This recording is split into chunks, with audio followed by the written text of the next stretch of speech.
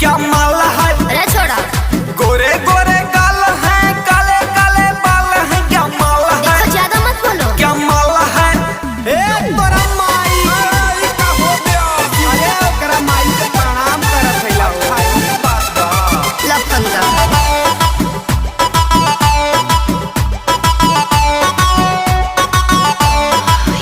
लगता है तेरी मम्मी दीदी नहीं। मम्मी दीदी तो है लेकिन बीबी नहीं। तो मैं क्या करूं? बियावे ना भैया क्या करेंगे? वो लगता है तेरी मम्मी दीदी नहीं। मम्मी दीदी तो है लेकिन बीबी नहीं। बीबी नहीं। ऐसे घूर के देखो ना जो उच्च खाल है।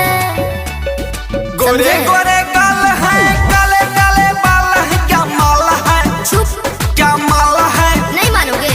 गोरे गोरे गाल है, काले काले बाल है, क्या माल है? क्या माल है? अरे जाना बंदर।